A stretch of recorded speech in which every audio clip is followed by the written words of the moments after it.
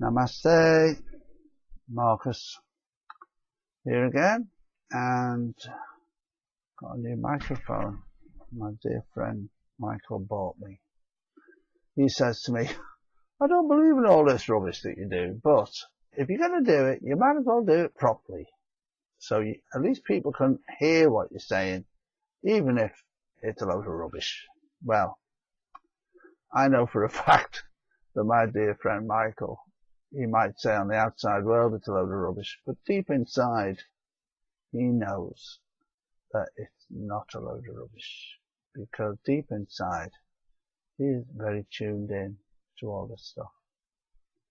And something that happens to us as we go through life sometimes is that when we're young and we're given these sort of things coming up in our lives and things that happen to us that enlighten us, quite often parents, teachers, people in authority, authoritarian figures, let's say, they drum it out of us by, especially if you're brought up in certain religious doctrine, which thinks anything outside of what they say is correct is wrong. That's often the case, unfortunately. So, the word enlightenment, something that comes up quite often, and it has done for me, well, the last 40 odd years. And I've often talked about this and said, what does it actually mean, enlightenment? So, relating to the way we are now in our ascension journey, we're lifting up. Our whole consciousness has raised such a level that we're up here, you know what I mean. We're raised up in our consciousness.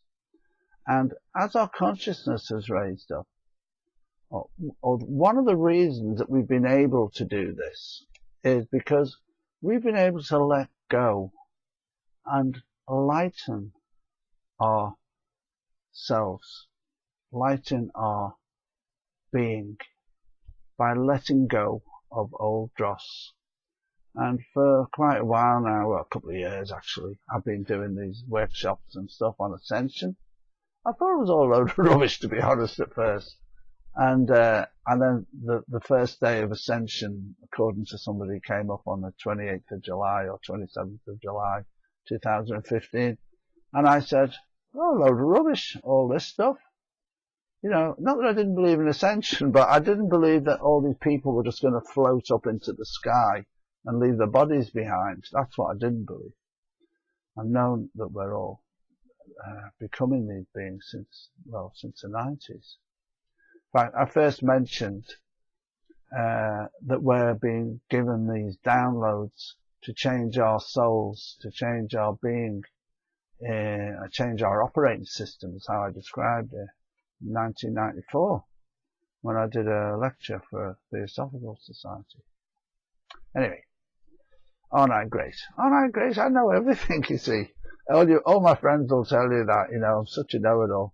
But I'm not really. I just remember when things like that happen. And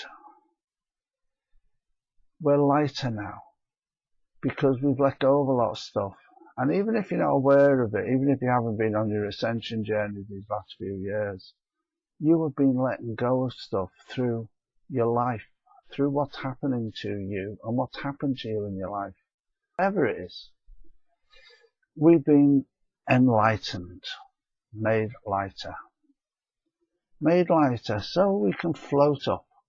And where are we floating to, you might ask?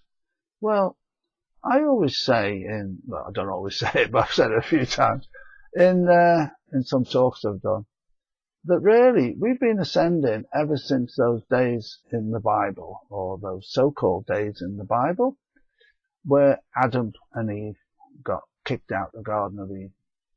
They were thrown down into normality, into the physical world, basically.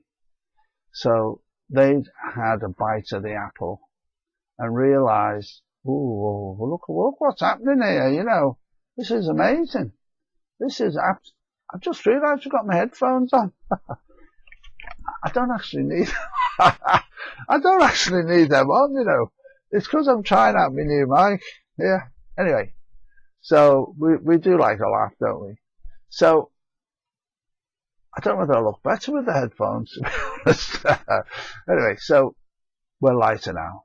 And when we were in the garden and we realised what was going on in what we were being made to do, we got kicked out because we did the wrong thing, we said the wrong thing, we thought the wrong thing, whatever it was. We were kicked out. And ever since then, we've been ascending because we've been trying to claw our way back there. Because it was fabulous, you know. Nothing to do all day, walking around, nothing on, nice friend by your side, nice lady friend or men friend or whatever it was. And, you know, nothing to do except eat fruits of the right tree, of course, and just have a nice time. And of course, we've been trying to get back there ever since. And this is, for me, the biggest part of our ascension, going back there. And to do that now, we're having to lighten up. We're having to lighten up in all these things we've let go of. And although it seems at times as if we've not been able to let go of anything, you know, we're still holding on to so much stuff. And every time, as I said in a reply to someone's comment the other day, you know, I thought, yeah, for years now, I've been telling my clients and people who come to my workshops, you know, we're just letting go of this stuff now, and then we're going to be, oh, hunky-dory, everything's going to be great, you know, we're going to ascend and all this. And of course, we're still here letting go of stuff, because it's rice layer by rice layer, you know, onion layer by onion layer. It's only when you let go of one layer of stuff that you realise, oh, there's another layer there. I didn't know that was there because it was hidden by the layer on top of it.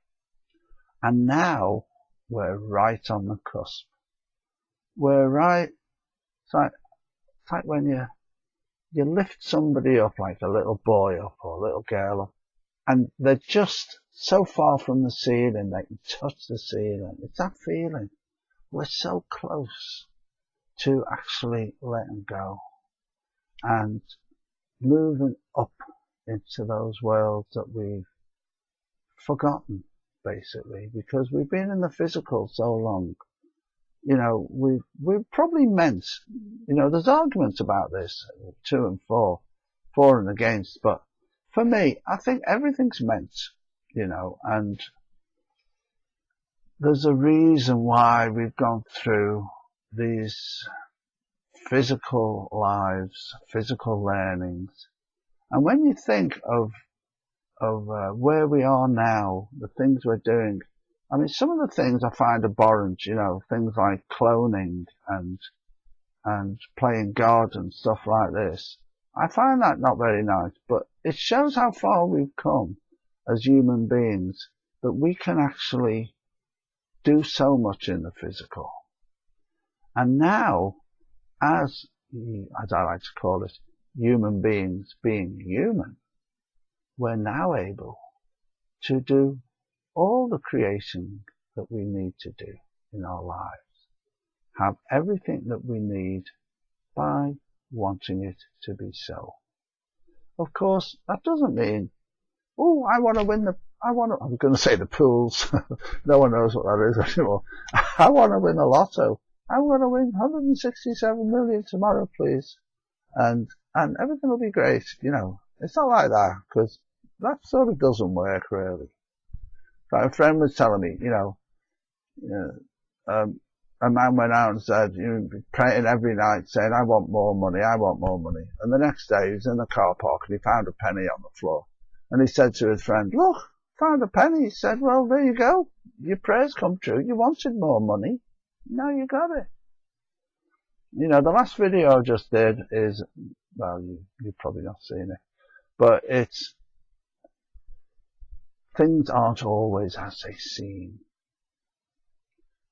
What you think you want and need and what you feel that you have might not be the same. But actually, what you get is what you need. And what you get is what you need now in this time that you're in, so that you can become enlightened. You can let go of more stuff. You can rise up. A lot of things seem to be not right, but they are right for you. And that's how we're rising ourselves up and away. Anyway, I think I've said enough for now. Keep up the good work. Have faith and stay in your heart. Most important, stay in your heart. What does that mean? It means exactly what it says. Try it. See how it goes. Namaste. I'm